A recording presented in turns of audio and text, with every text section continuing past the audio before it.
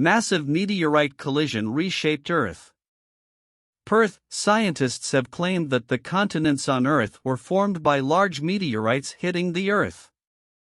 According to a new study, our Earth was heavily bombarded by space objects in its first billion years. Researchers have long believed that these collisions helped form the continents, but they had no evidence of this. Now, researchers examining ancient meteorites have revealed their important role in our Earth's past. What has been discovered?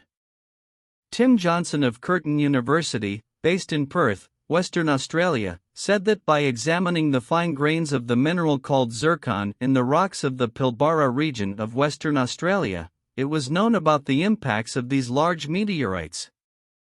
This region is the region of the Earth where the ancient remains are still the most preserved.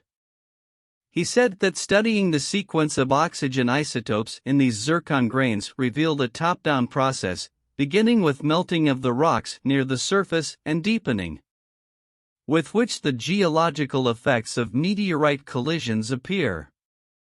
He added that the researchers' research has provided the first concrete evidence that the process began with collisions of large meteorites that eventually led to the formation of the continents.